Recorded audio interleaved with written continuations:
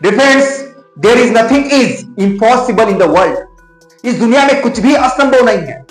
मित्रांनो, आपण ऐकलं असेल की स्वामी विवेकानंद पूर्ण पुस्तक पेज नंबर सोबत लक्षात ठेवू शकायचे। मित्रांनो, काय ते आपण करू शकतो? डिफरेंस 100% आपण सुद्धा तसं करू शकतो। डिफरेंस, पण त्यासाठी आपल्याला काही टेक्निक्स, काही मेथड्स वापर करावा लागेल। मित्रांनो, आपण सुद्धा कोणते डिफिकल्ट वर्ड्स लक्षात ठेवू शकतो।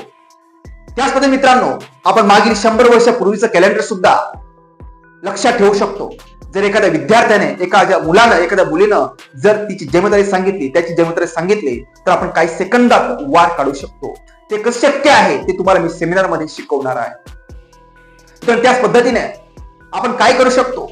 आपण कोणतेही हिस्टॉरिकल डेट्स, मागील कोणते तारखा ज्या आपल्याला आठवायला अवघड जातात, रिमेंबर करायला डिफिकल्ट जातात, त्या डेट्स, त्या हिस्टॉरिकल डेट्स आपण काही मेथड्सने, काही टेक्निक्सने पटकन रिमेंबर करू शकतो।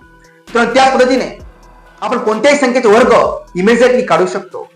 डिफरेंस, त्याच पद्धतीनं आपल्याला जर IAS व्हायचं असेल, IPS व्हायचं असेल, PSI व्हायचं असेल, कोणत्या स्पर्धा परीक्षेमध्ये उत्तीर्ण व्हायचं असेल, म्हणजेच आपल्याला MPSC, UPSC अधिकारी व्हायचं असेल, तर मित्रांनो त्यासाठी आपल्याला प्रिपरेशन, तयारी 8th स्टँडर्ड पासूनच करावी लागते। जर तसं नाही केलं तर आपण आपले सक्सेसफुल होण्याची पॉसिबिलिटीज खूप कमी होऊन जातात। काही त्याचे टेक्निक्स, काही तंत्र, काही मेथड्स आपल्याला त्याचे वापरावे लागतात। ते कोणत्या टेक्निक्स आहे, कोणत्या मेथड्स आहे, त्यासाठी आपल्याला अभ्यासाची कॅपॅसिटी वाढवावी लागते, कॉन्सन्ट्रेशन पॉवर बिल्ड करावी लागते।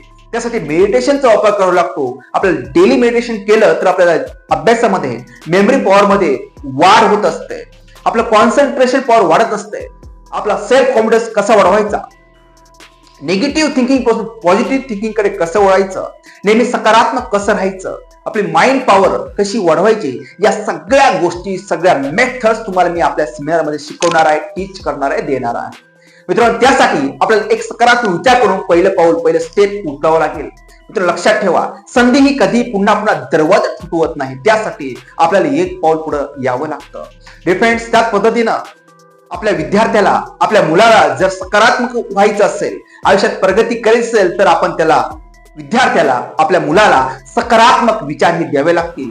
हे सगळे थॉट्स, हे सगळे पॉझिटिव्ह थिंकिंग कशी असते, त्या सगळ्या गोष्टी आपण सेमिनार मध्ये एक्सप्लेन करणार आहोत, देणार आहोत। मित्रांनो, लक्षात ठेवा, या सगळ्या गोष्टी घेऊनच आपला मुलगा या स्पर्धेच्या युगामध्ये टिकू शकतो आणि प्रोग्रेस आणि प्रगती आणि विजेता बनवू शकतो।